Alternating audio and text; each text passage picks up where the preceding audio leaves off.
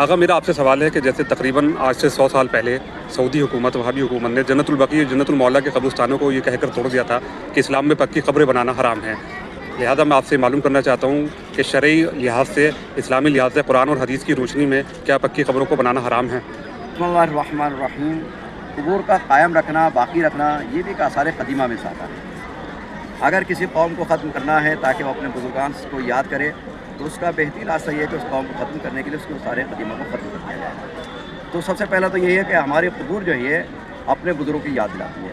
اب رہتا مسئلہ کہ محمد ابن عبد الوہاب کا مسئلہ ہے یا آل سعود یعنی عبدالعزیز ابن آل سعود کا مسئلہ ہے. انہوں نے جو مل جل کر کے قبور جنت البقیع کو منظم کیا وہ اسی بیس پر کیا کہ قبور کا پکا بنانا، ان کو جو ہے بلند کرنا یعنی جائز نہیں ہے.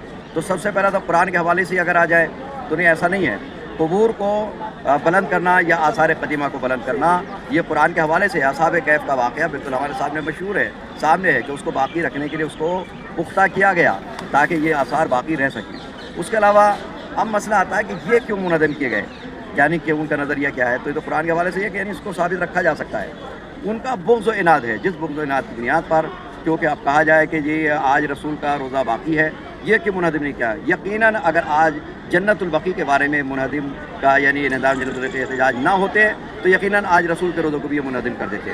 تو بہرحال قرآن اور حدیث کے حوالے سے اب مسئلہ آتا ہے کیوں انہوں نے دلیلیں کیا بنائی ہیں. یعنی وہ دلیلیں بنائی ہیں کہ جب کہا گیا کہ قبور کی پرستش نہ کرو، قبور میں یعنی قبور پر جاؤ تو ظاہر ہے کہ ان کا احترام کرو، نہ کہ اس میں پرستش کرو، نہ ان کی پوجا کرو، نہ یہ نہیں. تمام سے ہم قبور پر جاتے ہیں، ان کا ادب و احترام کرتے ہیں، اور جو نبی نے فرمایا تھا یا قرآن کے حوالے سے بات کرتے ہیں وہ ہے کہ یعنی قبور رہنے دیں، ان کو عیاشی کا اڈا نہ بنائیں، یہاں پر خرافات نہ کریں. اگر اس بنیاد پر اگر یہ جاتے ہیں قبور کے اوپر تو صحیح نہیں ہے. اگر ادب و احترام کے ساتھ جاتے ہیں، آثار قدیمہ کے لحاظ سے جاتے ہیں تو یہ اسلام کا ایک پیغام ہے کہ اپنے آثار قدیمہ کو باقی رکھا جائے. اب میں آپ سے یہ معلوم کرنا چاہتا ہوں کہ آج کے زمانے میں جو حالات بنے ہوئے ہیں اس میں مسلمانوں کو آپ کا کیا پیغام ہے کہ جنت البقیع کے بارے میں سنی شیعہ مسلمانوں کو کیا قدم اٹھانے چاہیے جس سے جنت البقیع کی دوبارہ سے تعمیر ہو سکے؟